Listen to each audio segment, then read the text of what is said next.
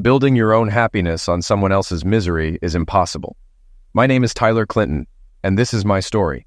I'm not related to the former president, though his actions during his presidency often come to mind. I never imagined questioning why my wife chose to break her vows while wanting to stay married. Here I am, on my back porch on a cool May evening, waiting for my soon-to-be ex-wife, who was served divorce papers at her job, to come home. I'm unsure how she'll react, but I think she might have lost her mind. I found out about her cheating 3 weeks ago on April 28th. We chose the back porch because it's private. We live on a 2-acre lot, so the neighbors won't hear any yelling. A private detective is parked nearby for our safety in case things get heated. Lindsey is smart and beautiful. We met in graduate school in Chicago. I was pursuing an MBA in medicine and public health, and she was studying to become a nurse anesthetist. She worked in the neonatal unit for 2 years, dealing with long hours and emotional strain. As a nurse anesthetist, she worked more regular hours with better pay and less trauma. However, she often got bored and sought new experiences. We were enjoying a concert, and she was already planning for the next weekend. Anything new fascinated her, whether it was a new app, friend, or restaurant. We discussed this early in our relationship, and I was fine with her seeking new experiences. But I was a traditionalist about marriage. I believed that even in a long-term relationship, you could find new things if you put your heart into it. She never gave me a reason to doubt her agreement with this. Because of her restless nature, I insisted on a prenuptial agreement. She felt it was an insult to her character. "This is insulting," she said. "Do you think I would ever cheat on you?" "I don't think you will," I replied. "But it protects both of us." Reluctantly, she signed. The agreement split our accumulated wealth 50-50 unless infidelity caused the breakup, in which case it was 80-20. After signing, we rarely thought about it until recently. After getting married, we moved from Chicago to Des Moines, Iowa. It offered a low cost of living, a strong economy, a vibrant downtown, and great healthcare career opportunities. The winters are cold, but the other seasons are mild, and even summer evenings are pleasant. Des Moines is also known for its delicious sweet corn, and as the birthplace of Pinterest's creator, Ben Silbermann. Over 8 years, we had jobs we loved, a beautiful home, wonderful friends, and what I thought was a solid marriage. We fought occasionally, like any couple. I insisted on squeezing toothpaste from the bottom while she didn't care. She preferred the kitchen clean every night, while I loaded the dishwasher over a few days. Despite these minor disagreements, we enjoyed long walks, conversations on the porch, and quick trips to favorite spots. We were honest about our likes and dislikes, or so I thought. At 34, we were considering having kids soon. You might wonder if I'm bad in bed, if Lynn is stunning and pursued by many, or if we considered an open marriage. Did I miss warning signs? Maybe I cheated and she's getting revenge? Is her lover irresistible? Is she changing our financial situation? Let me explain everything. First, Lynn seems genuinely happy with our life together. "I've never been called the best," I said, "but I've worked hard and never heard any complaints." Second, she's very pretty, with a quick wit and a strong mind. She's Irish-Italian, blonde brunette, and 5'8". Third, I don't recall any warning signs. Maybe I should have been more attentive to her fascination with new things. Fourth, I've never been unfaithful. Fifth, her lover is handsome, but not exceptionally so.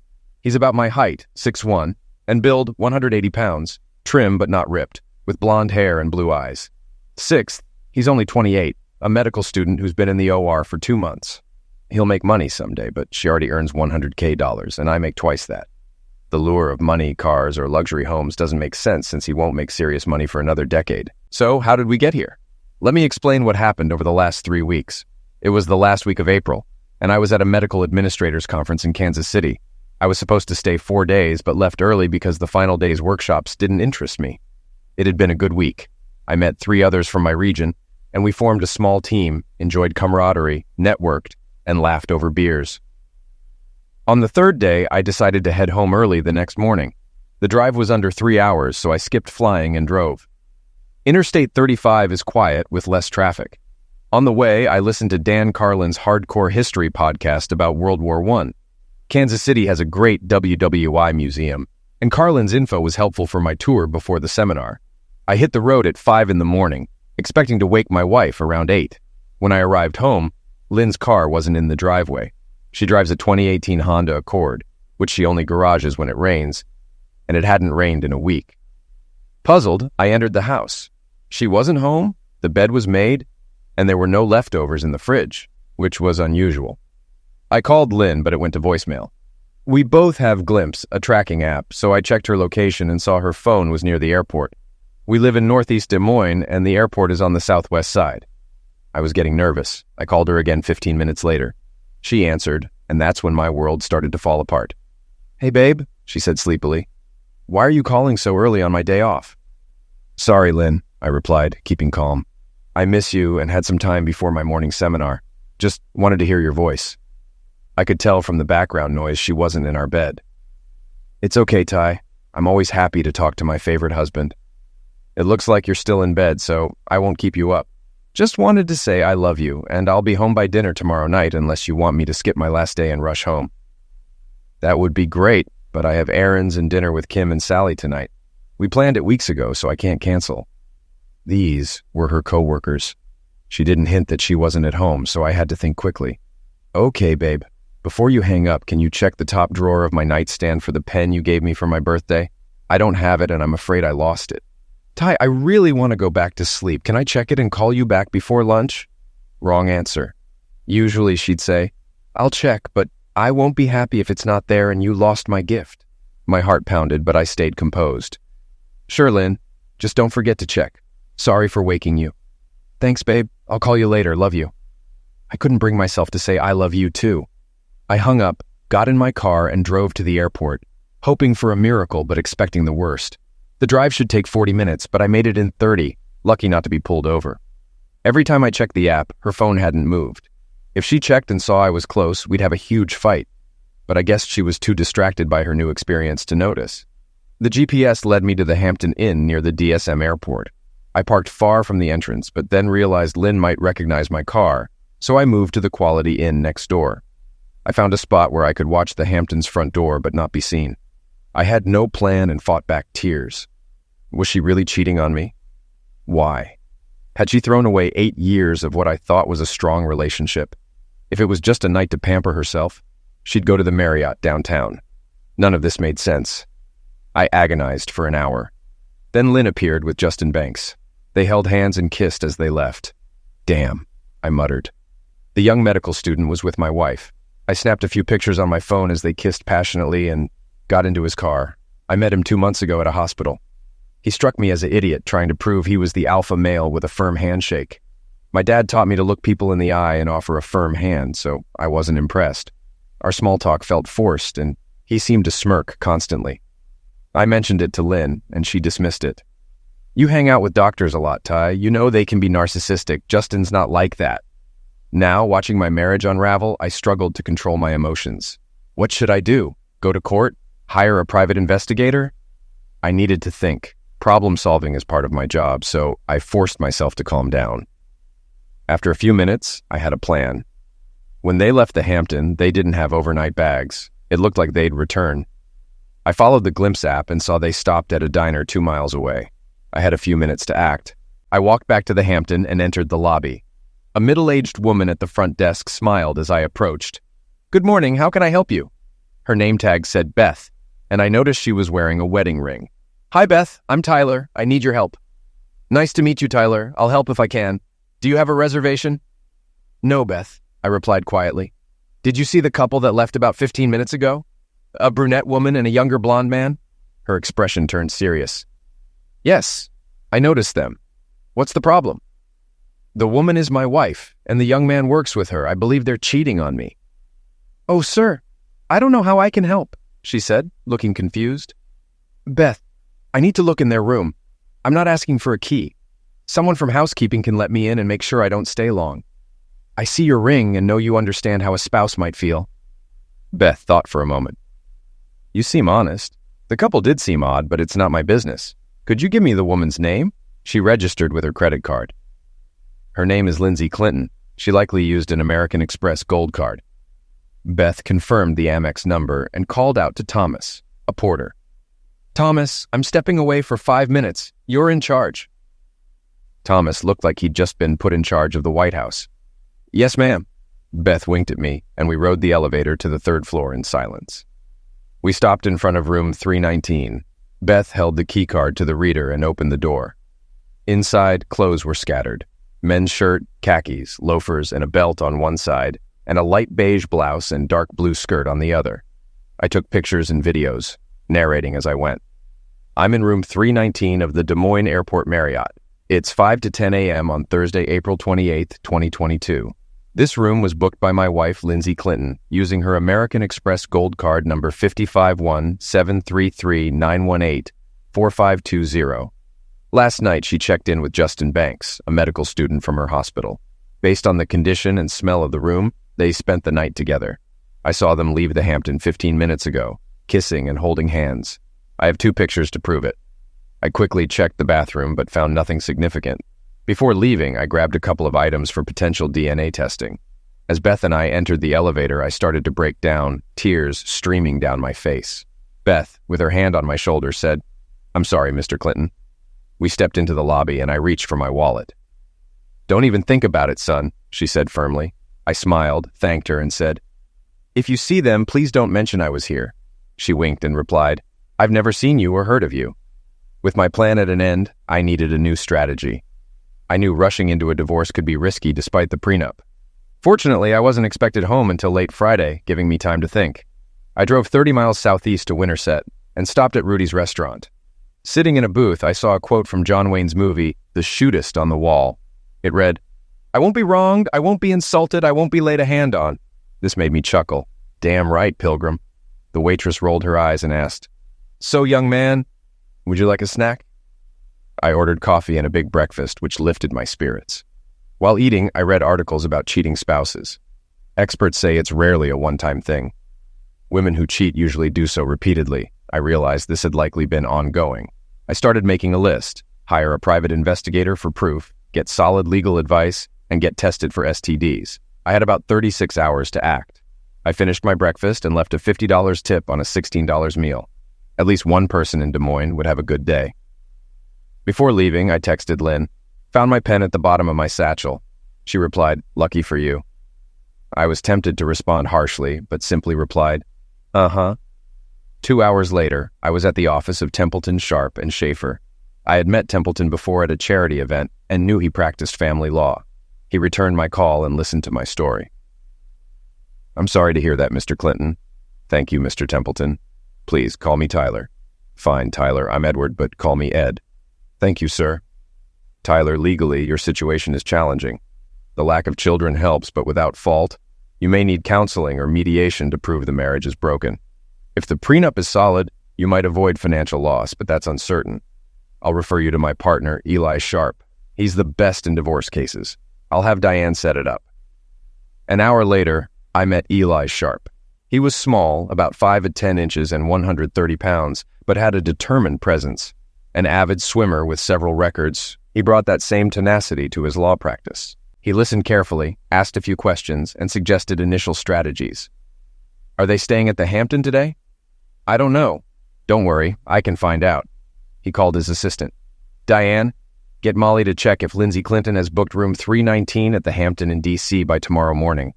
I need a full report by noon tomorrow." He hung up. Molly Baker is the best PI around. She worked in Chicago for 18 years before moving here. If they're there today, we'll know by tomorrow. He advised me to get tested for STDs and worried about the time it would take. I assured him I could expedite the tests through my contacts. I called Dr. Stan Rosen to arrange a visit. Eli also set me up with a forensic accountant from their firm. The next morning, Eli gave me a list of documents to gather, including our prenup. Finally, he said, "If your wife comes home tonight, you can't confront her. We need to establish the facts first, which will take a couple of weeks. Infidelity might not help in court, but won't hurt. Be polite, stay healthy, and avoid conflict." "So punching Justin with a baseball bat is off limits?" "Yes, absolutely." "Got it." We shook hands, and I left. I wish I could say I knew how to share my pain, but that would be a lie. I still had my clothes from the trip, so I didn't need to go inside. I went to another gym, paid for a day pass, and worked out for about 2 hours until I could barely stand.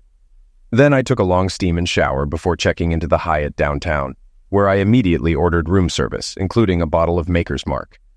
After my second drink, I turned off my phone and put it away, knowing I'd forget where it was once drunk. I didn't want to risk calling my wife while intoxicated. Tears, anger, frustration, and more tears lasted until I passed out. The next morning, I woke up around 7 with a terrible hangover. Forcing myself back to the gym, I sipped more makers from my Yeti glass. After a shower, I felt almost human again. I spent an hour at Starbucks compiling a financial report for the accountant. By 8:30, I was in Rosen's office. He drew my blood himself. "I'll take it to the lab and keep it confidential until needed in court," he assured me. "Not your first rodeo, Doc?" "Hell no," he replied in his best John Wayne voice. "I may have results by tomorrow, but it could be Monday." "No worries. Thanks, Stan." Back at TS&S, I met with Lois Montgomery. She sorted through my financials for 2 hours. When done, she summarized. Good news and bad news. The prenup covers 80% of your assets due to infidelity, but the house will likely be split 50-50. You can avoid alimony, but may have to split retirement and savings. I'll prepare a full report for Eli by the end of the day. I thanked her and went to see Eli Sharp again. He was with a woman named Molly Elkington. She was pleasant-looking with a firm handshake and a penetrating gaze. She had a weapon on her belt, which made me note to never mess with her. After pleasantries, she got to the point. "Mr. Clinton, your wife is in a relationship with Justin Banks. Thanks to Beth, I installed audio-visual devices in their room. I also enhanced images to make your wife's identity undeniable. They were at the hotel from 1 p.m. to 6 p.m., went out for dinner, and returned at 8 p.m. They checked out around 10 p.m., Banks left in his car, and she went home." She handed me a large file. "There are pictures and a thumb drive with videos. I advise you not to look at them, but if you do, give yourself time and space to deal with it. I'm sorry, Mr. Clinton. I hate cheaters and the damage they cause. You don't deserve this." She and Sharp discussed the next steps to establish a pattern. Then she left. Sharp poured me a shot of Knob Creek Limited Edition to calm my nerves. We continued our conversation, discussing the blood tests and financial aspects of the divorce. "What's your ultimate goal, Tyler? What matters most to you when everything's settled?" I paused. "I want to leave as soon as possible. I can be patient and avoid doing anything rash, but being around her makes me sick. I need you to ensure the prenup terms are honored. I can handle splitting the house and minor assets, but I don't want her to benefit financially at my expense. Also, I want to preserve my dignity and make it known she was unfaithful, not me. No irreconcilable differences. I won't go after the hospital since I work there too, and it's not their fault. But I want it clear that she cheated with Justin Banks. And I want Banks to suffer. If you can convince the hospital to remove him, that would be great, but I doubt it'll happen. I'd love for him to end up driving a UPS truck in Kansas." Sharp replied, "The prenup looks solid. We'll ensure everyone knows why you're splitting up. However, the court might still order counseling to see if the marriage can be saved. If your wife doesn't want a divorce, her lawyer might drag out the case, hoping to weaken your resolve. As for Banks, don't get your hopes up about his career taking a hit. The hospital might take action, especially if new trainees sign a behavior pledge, but don't count on it. You'll need to go home soon and act like a happy husband. If she senses anything, she might strike first before we're ready. And stay away from Banks. If you think you can't, I'll ask Molly to assign someone to keep an eye on you." I promised to behave, even if it meant biting my lip until it bled. Early Friday afternoon, I left Sharp's office, sat in my car for 30 minutes, and realized I couldn't go home without blurting everything out. So I drove south on I-35 toward Kansas City. Lynn expected me home around 7. After 90 minutes, I stopped in Bethany, Missouri, at a tire shop. A guy named Ed was behind the counter, engrossed in Sports Illustrated. "Can I help you?" "Yeah, I need 4 new tires." Ed sighed, annoyed at being interrupted, and inspected my car. "These tires have 10,000 miles left. You don't need new ones." "Look, Ed, I'm particular about my car. Price doesn't matter. Can you do it or not?" He grumbled, checked his computer, and said, "Not today. I can get them by 10 tomorrow. It'll be $1,455. "Great," I said. "Do it." He looked puzzled, but placed the order. "See you in the morning." I left and checked into a Super 8 motel for $78 a night. Lying on the bed, I called Lynn. "You're almost home, babe. Can't wait to see you." She sounded cheerful after 2 days with Justin. "Sorry, Lynn, I lied. I blew 2 tires from debris on the highway. I'm stuck in Bethany, Missouri until tomorrow. I'll be home midday." "Damn. Are you okay? Nothing hit the windshield?" "No, I'm fine. But I'm having Taco Bell for dinner and breakfast. Sorry for the delay." "Me too. But the important thing is, you're okay. I miss you and was hoping to see you tonight. Be safe and come home soon, okay?" "I will, Lynn. I'm tired and a bit shaken from the blowout." I'll have a couple of beers and go to bed. See you tomorrow, okay? Okay, Ty. I love you. Good night, Lynn. I knew I'd eventually have to fake an I love you too with sincerity, but not tonight. I didn't know if she noticed my silence, and I didn't care. I opened the envelope Molly gave me. It showed my wife cheating with Justin. After brushing my teeth, I watched the video of them together. After an hour of intense emotional pain, my rage began to build. I was heartbroken. She was selfish and disrespectful. My anger at Justin would grow, but right then I was furious with the woman who I thought loved me. In our 8-year marriage and year-long engagement, I never seriously considered being with another woman. Sure, I'd notice attractive women, but I never thought of breaking my vows or hurting her with infidelity. I remembered how the prenup had offended her. She was a narcissist, only caring about herself. She didn't understand the commitment I believed love required. So yes, this broke my heart, but I was also furious. This wouldn't go unpunished. That was final. The next few weeks would be tough, but I was determined to leave her as soon as possible. And Dr. Justin would pay too. The next morning, I had tacos for breakfast. I wasn't lying about being stuck at Taco Bell. 2 cups of coffee helped. I went to meet Ed and pick up my new tires. Ed was less grumpy and smiled, probably thinking he could sell my old tires for cash. By 11:30 a.m., I had 4 new tires and no more excuses. I thought about how to mess with Lynn's head during the ride home. The thought of touching her made me cringe. I stopped near Des Moines and arrived home around 1:30 p.m. Lynn's car was there. I walked in and heard light jazz. Lynn was washing dishes, swaying to the music. She didn't hear me come in. I grabbed her. "Damn, Ty, you scared me. Let me go." I left a mark on her neck. Maybe it would make Dr. Banks jealous. "What the hell, Ty? I bet you put marks on my neck. I'll be embarrassed at work." "That's not what I meant, Ty. You just scared me." I overreacted. "I'm glad you're home. Let's go upstairs." I let her go, picked up my bag, and headed upstairs. "Forget it, Lynn. Tell them your idiot husband got carried away and hurt your feelings." I had never spoken to Lynn like that before. I didn't wait for her response and couldn't see her face. All she said was, "Whatever you say." I unpacked, took a shower, changed, and went downstairs. Lynn was texting at the kitchen table. She looked at me with no forgiveness in her eyes, but the anger had lessened. I guessed who she was texting. "Leave it alone, Lynn. I've been gone for a week, 2 days longer than planned, and all I thought about was getting back to you. But my attempt to spice things up didn't go over well. You asked me to hurry home so you could touch me. Sorry for not understanding. Enjoy your day and evening. I'm leaving." I didn't wait for her response. Even in arguments, I never lashed out before. I walked out, got in my car, and drove to the clubhouse. I changed into casual golf clothes and practiced for a couple of hours. I thought about how bachelorhood would give me time to improve my game, but the circumstances made it hard to enjoy. Later, I relaxed in the men's locker room with a beer, chatting with friends.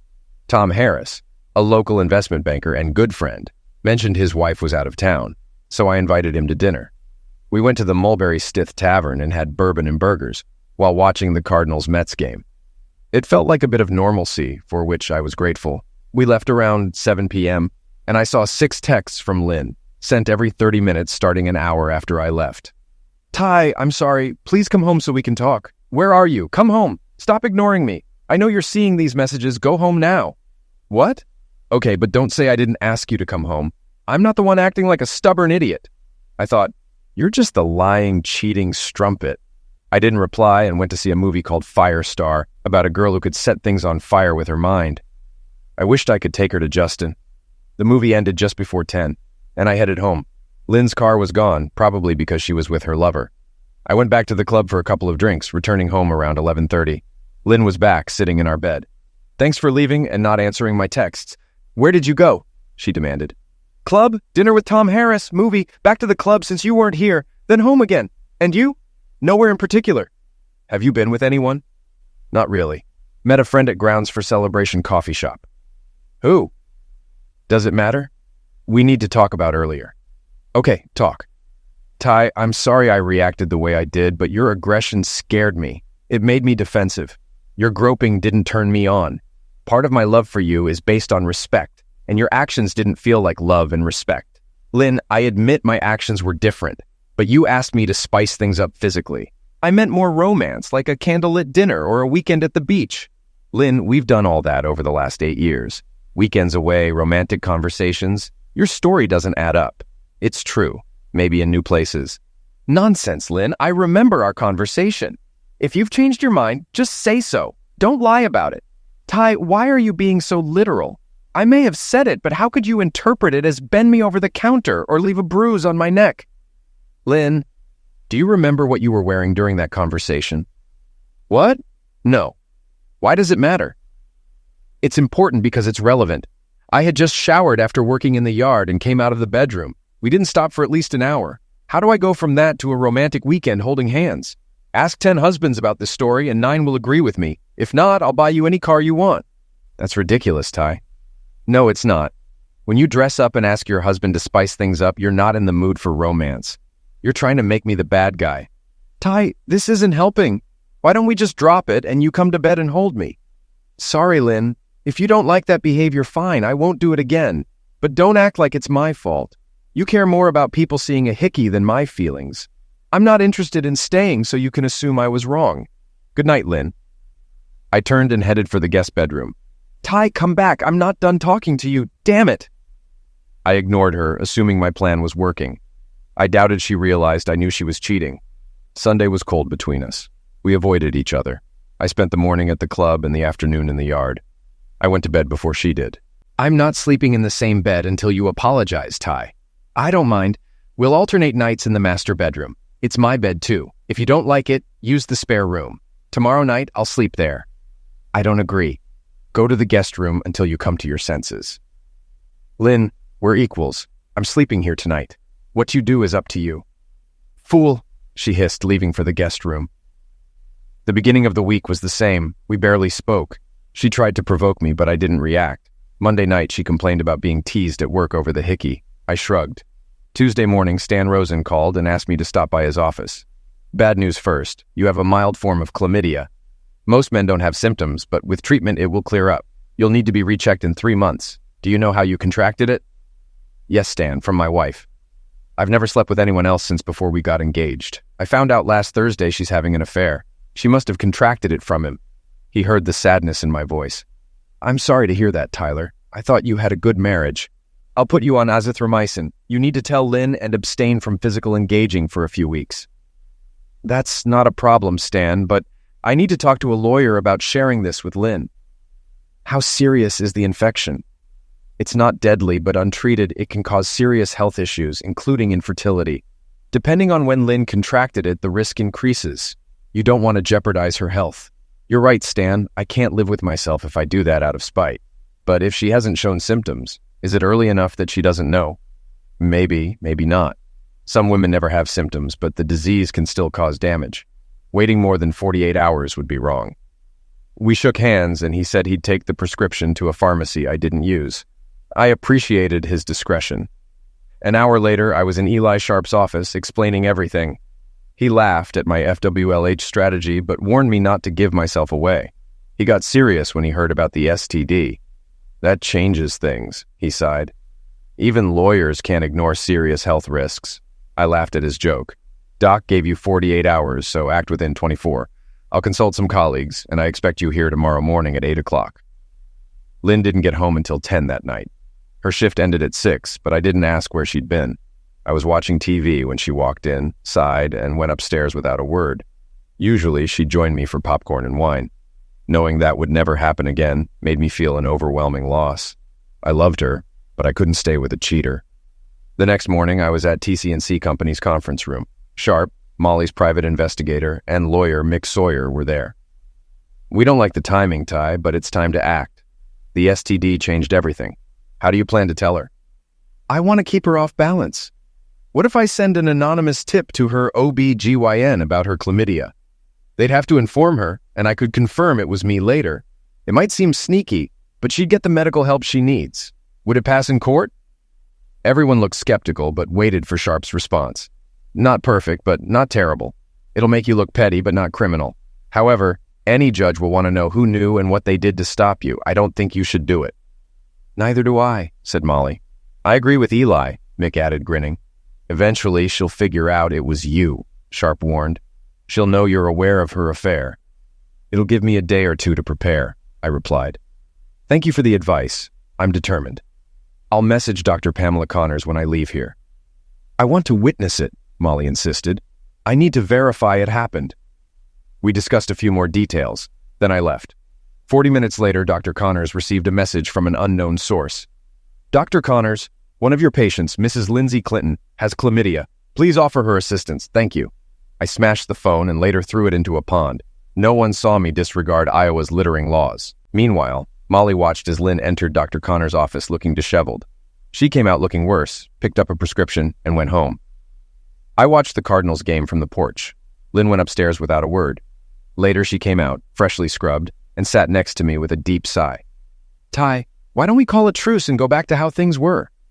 I don't know, Lynn. How do you suggest we do that? Let's just stop arguing and move on. I'm not sure that works for me.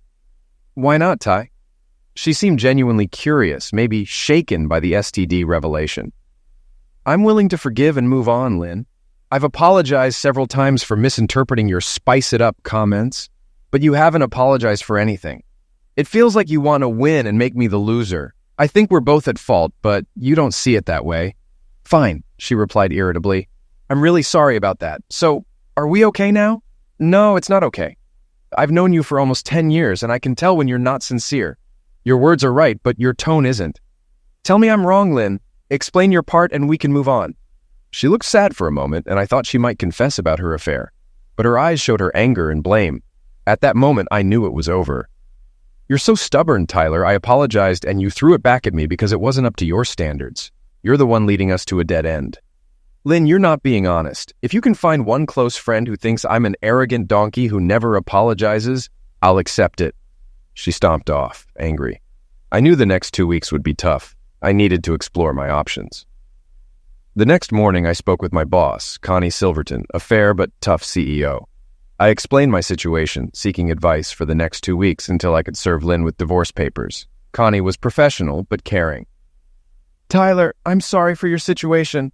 My parents divorced when I was 10 and it was horrible. But I need to know you can handle this and continue your good work. I can't promise I'll be completely fine, but I love my job and my colleagues. I won't give up my career because of my personal issues. I'll do my best to stay focused. I trust you, Tyler. There's a hospital CFO conference next week in D.C. I've declined your request to attend in the past due to cost. But this year, I think it's in Unity's best interest for you to go. It runs from Monday to Thursday, and you can stay the weekend with your family if you want. Deal, boss. I'd hug you, but I know you'd probably spank me. And I don't want Mike to misunderstand. She smiled warmly. I'll do the paperwork today. If you make it by next Sunday, I'll buy you a week. Now get out of here and think about our new contract with the nurses' union. I stood up and smiled. Consider it done. If I save 5% on the contract, can we talk about my year-end bonus? Her serious look told me it was time to leave. I just had to get through 3 more days until the conference. After I returned, I'd hopefully only have to wait a few more days in suspense. I focused on my work, even upsetting Jody Meyer, the nurses' union rep, by rejecting their latest offer. I figured she'd feel the pressure over the weekend and maybe be more reasonable next week. On the way home, I called my dad and brother to let them know I'd be in the area that weekend and wanted to see them. Despite the short notice, they promised to make time. I didn't share the bad news with them, but knew they'd be supportive when they found out. My last call was to attorney Eli Sharp. I updated him, and he suggested using this time to gather more evidence of Lynn's infidelity with Molly's help. When I got home, Lynn wasn't there, which was unusual, but nothing had been normal for over a week. It was her second day of vacation, and we had no plans. She could have been with Justin or another guy. The thought that she might have other men crossed my mind. I even considered sending Banks an anonymous tip about her cheating. I decided to go for a run to clear my head. Running 3 to 5 miles a couple of times a week with good hills helped me think. I ran harder today, hoping to exhaust myself enough to sleep. My world was falling apart, and running helped me cope. Lynn's cheating depressed me. 9 days ago, I thought she loved me as much as I loved her. Her betrayal shook me. I wondered how much of it was my fault. Maybe I was too focused on my career. As I ran, more questions swirled in my mind. How would she react? Would she admit what she'd done? Would she ask for forgiveness?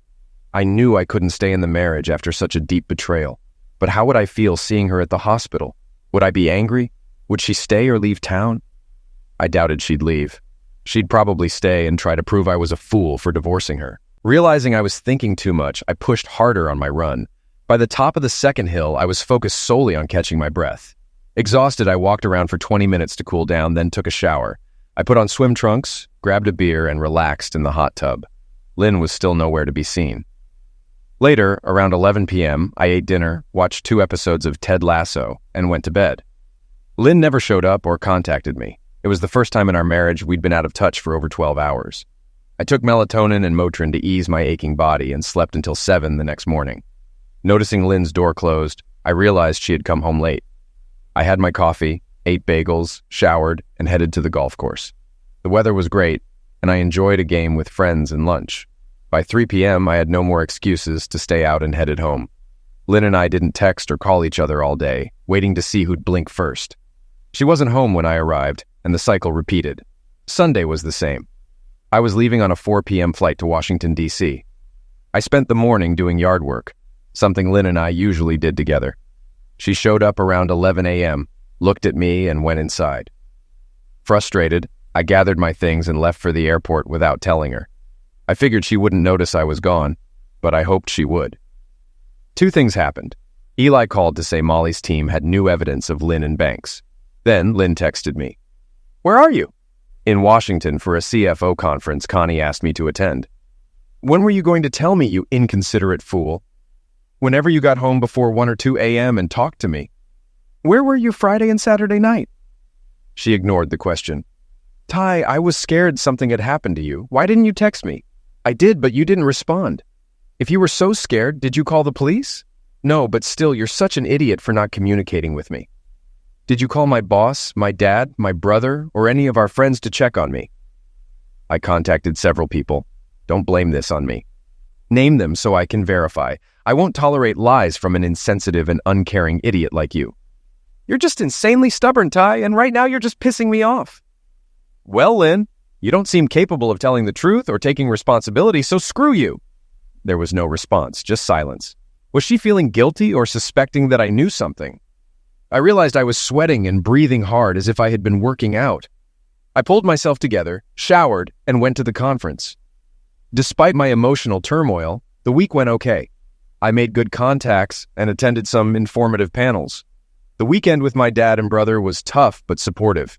They couldn't fully relate to my situation. My mom had passed away 3 years ago, held by my dad, who loved her for 41 years. My dad thought Lynn was crazy.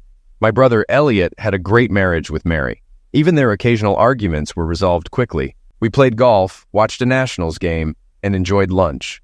I loved spending time with my nephews. Sunday night came too soon. My dad hugged me at Reagan Airport and looked me in the eyes. "I know it hurts, son, but you'll get through this. Lynn has shown her true colors. Keep moving forward one day at a time." "I know, Dad. The pain will subside." He hugged me, then drove back to Springfield, Virginia. By the time I got to Des Moines, it was almost noon. I went to the office to check on things. Jody Meyer's latest offer was better, showing the nurses didn't want a prolonged work stoppage and trusted Unity to negotiate fairly. I peeked into Connie's office. She gave me her usual look. "What do you want now?" I smiled. "Just wanted to say thanks for last week. The seminar was great and the time with my family was perfect." "As if I care. Have you done anything useful since you got back?" "Not much, but we'll have a deal with the nurses by the end of the week." "No need to thank me. Get out of my office, Tyler, and come back when you have something for me." I loved her teasing, but today it felt more important. I paused at the door. "Hey, boss." "What?" "I love you too." I ducked out before she could throw her pen at me. Sometimes a normal life with people you respect is the best medicine. Maybe Dad was right. The pain would begin to subside. On the way home, I called my lawyer. Eli Sharp answered quickly. "Stop by my office at 7 tomorrow morning, Ty. We're ready to move forward. Lynn kept seeing her idiot partner over the weekend. We have photos of her in a revealing outfit at their hotel." When I got home, the house was dark and empty. It seemed truly over between Lynn and me. We hadn't seen each other or had a real conversation in weeks. I missed the Lynn I married. Fun, curious, mischievous, beautiful, and strong-willed. I dropped my bag, grabbed a beer, and sat on the back porch as the sun set. Despite my anger, I found myself crying. One day, I would have no more tears for her or our marriage. I couldn't tolerate her betrayal. My pride was wounded, but intact. Tonight, I mourned what was lost. By 10 p.m., I was exhausted. I took a quick shower and fell asleep almost instantly.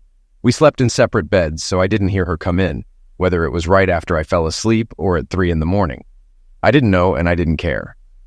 I got up around 5:30 a.m. to get a quick workout before meeting Silas and the team at 7. Lynn's car was in the driveway, and the guest room door was closed.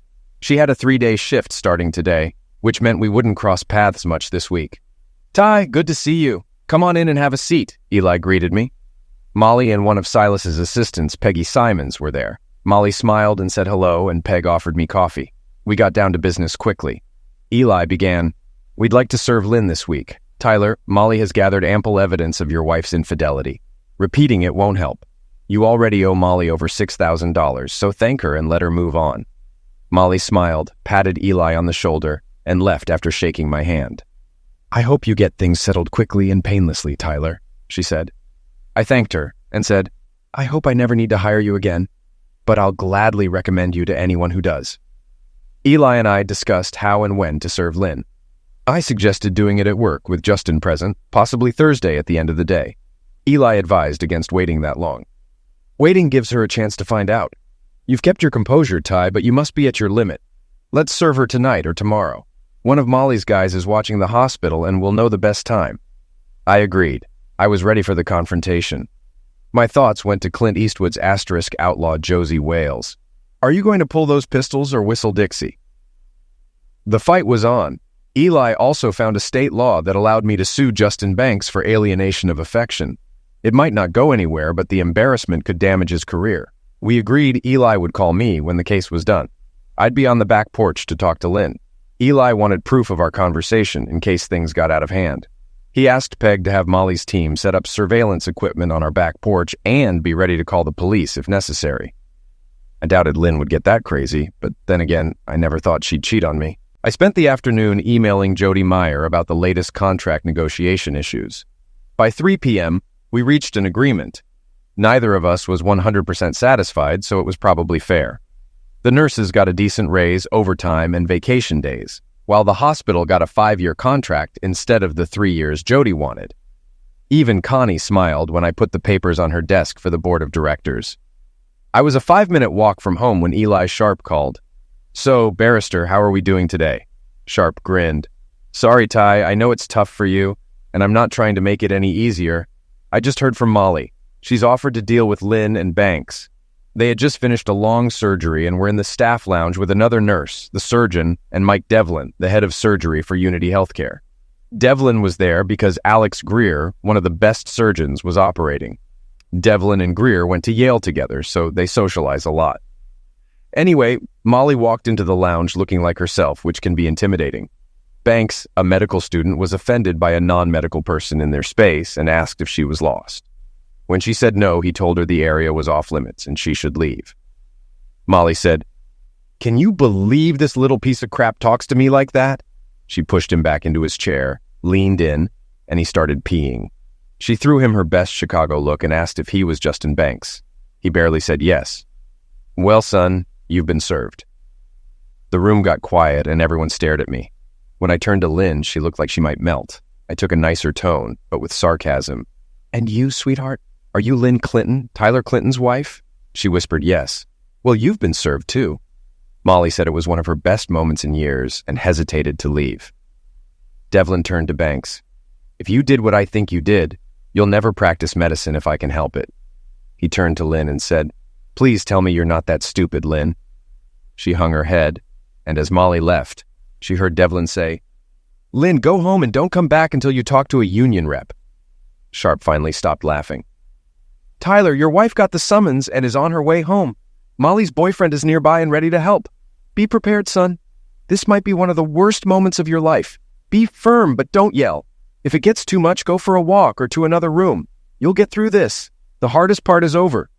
We talked more, and I felt Eli wanted to stay and help me prepare for the impending storm. As we were about to finish talking, I heard Lynn's car in the driveway. I thanked Sharp and told him I'd call later for an update. Lynn walked in looking terrible, clearly having cried the whole way home. She looked at me with a mix of sadness and rage. "How long have you known?" she started. 3 miserable weeks, Lynn. "How did you find out?" "Not that it matters, but I came home early from a conference to surprise you." When I got home Friday morning, you weren't here. I checked my Glimpse app and saw you were near the airport. Things went downhill fast from there. That morning when you called me about the penny, you lied to me. You set me up. Well, if anyone knows about lying, it's you, since you've perfected it. But yes, I lied. I wasn't trying to set you up. I was trying to see if my world was falling apart. And it is. She was silent for a moment. I didn't want to ask her anything now that everything was out. I just wanted to deal with it and get away from her. Finally, she continued, I can't believe you made me serve myself at work in front of my co-workers. I was humiliated. Take a number, Lynn. That was just cruelty. Your actions left us no chance to sort things out. Your betrayal is the cruelest thing anyone has ever done to me. I have no desire to build a relationship with you. I'm divorcing you and not looking back. If you think you can treat me like this, and I'll want anything to do with you, you're delusional. She finally sat on the other end of the couch. But Ty, I love you. I never meant to hurt or be cruel to you. Justin was just a fling. I know it was wrong, but we can work through this and grow stronger. Lynn, I'm trying to stay calm, but you ruined our marriage. Any reasonable adult can see that. I've seen pictures and videos of your escapades at the Hampton Inn. You can't expect me to ignore the pain you caused. I can't believe you were spying on me and Justin, Ty. Why didn't you just talk to me? I could have ended it right away. You took it to the extreme, Lynn. I shouldn't have had to spy. There shouldn't have been anything secret between us, especially infidelity. Why would I talk to you? Nothing you say will ever be believable again. The extreme is your infidelity. Look in the mirror and see the truth. I had no idea if she understood any of this. She seemed to be looking for an easy way out, brushing off her betrayal. Every time she spoke, more nonsense followed. Ty, divorce is the last thing we want. We live and work at the same hospital. What will people think? It would be embarrassing if we got divorced. And how humiliating if coworkers and friends hear these details. Come on, baby. You know how bad that would be for both of us. Lynn, I've been living with embarrassment and humiliation since that Friday when I saw you and him leave the Hampton Inn after you lied to me. Divorce will be a relief because the attention will finally be on your betrayal. I'd ask if Banks was your first and only affair, but I won't believe you. Thank God we don't have kids. The thought of raising children with you makes me sick. Why would you want to stay married to someone you don't respect? Ty, what can I say to make you realize that Justin was just an infatuation, an affair with no emotion or love? It was wrong, but I love you and want to be with you. I promise never to look at another man. Well, Lynn, you must be the most delusional person ever. You lied and cheated for months, gave me an STD from your boyfriend, and you expect me to pretend nothing happened. Let me be clear. I will never touch you again. I'll divorce you as soon as possible. Even if I end up destitute, I'd rather live alone than with you. The pain I felt this past month is beyond me. If not for the support of family and friends, I might be lying face down in a ditch right now. You did this to me, Lynn. Your cheating, lies, and callousness almost destroyed me. But I'm still standing, and I intend to move on, keeping you in my rearview mirror. I don't know if she got it, but tears came to her eyes. I'm sorry, Ty, she said before heading upstairs, starting to realize the consequences of her actions. Sorry isn't enough, Lynn, I replied. 6 months later, we were divorced. Neither of us wanted the house, so we sold it and split the equity. Everything else was divided 50-50 except alimony. The judge denied Lynn's request for alimony. When her attorney protested, the judge cut her off. Miss Bannister, your client should be grateful for the 50-50 split. I don't like dishonest people, and she clearly can't be trusted. She gets what the law requires and nothing more. Court is adjourned. My name is Connie Silverton, and I'm Tyler Clinton's supervisor at the hospital. My husband Mike and I were very concerned about Tyler and the suffering he went through because of his wife. The divorce was finalized, but it was a tough process. Tyler wasn't himself for months, dealing with Lynn's molestation and stalling. Fortunately, Eli Sharp helped him through it. Tyler faced financial struggles, but was free in the end. He's very talented, and I knew he would recover. Though it's been 3 years since his divorce, he hasn't started dating yet, but he has good support around him. Apparently, a girl from Cedar Bluffs visiting her Aunt Beth has caught his eye at the hospital. Lynn became an outcast. The married nurses avoided her, and several doctors, both married and single, tried to get her into bed after hearing from Justin Banks how easy she was. 6 months after the divorce, she resigned and moved to Denver, where she started working at a hospital. A year later, we heard she married a young rising surgeon. Some of our crew met her at a seminar, and she claimed to be a better person. Meanwhile, Tyler's reputation was so good that even the snarkiest doctors respected him. Banks, on the other hand, finished his residency with mediocre recommendations and ended up at a regional hospital in Frankfort, Kentucky, earning far less. He married a Southern girl, and they've been happily married for 3 years now. Last night, my husband Mike took Tyler out to dinner, which was unusual but not unheard of. After dinner, Mike asked us to join him in the living room. He took on his old military pose and said, "Tyler and Connie, what we see tonight is for us only. It will be destroyed and never mentioned again." I nodded, and Tyler agreed. Almost 4 years ago, a woman and a man hurt someone Connie and I love like a brother. We've talked and prayed for justice. I have many contacts from my years in the military and have called in some favors. Please watch the screen for the next 20 minutes. We watched 2 shocking videos. The first showed Dr. and Mrs. James Thaddeus of Denver, Colorado. Mrs. Thaddeus, formerly Mrs. Tyler Clinton, was sobbing and screaming at her husband after receiving a video of him cheating. "You fool! I've been faithful to you. How could you ruin our relationship? Get out of my house now!" When he left, she sobbed, then read an envelope that said, "Betrayal hurts like a cow, doesn't it, strumpet?" The second video showed Justin Banks outside his home in Kentucky, where his wife tearfully held photos of him cheating. 3 large men, one in a sheriff's uniform, approached Banks. "Did you think you could screw over our sister and get away with it? There won't be a piece of you left to identify if your body parts are ever found." Banks cried as the screen went dark, with a uniformed man saying, "By the way, Tyler Clinton's friend, Colonel Silverton, sends his regards." A final scene showed a young woman smiling into the camera saying, "Mission accomplished.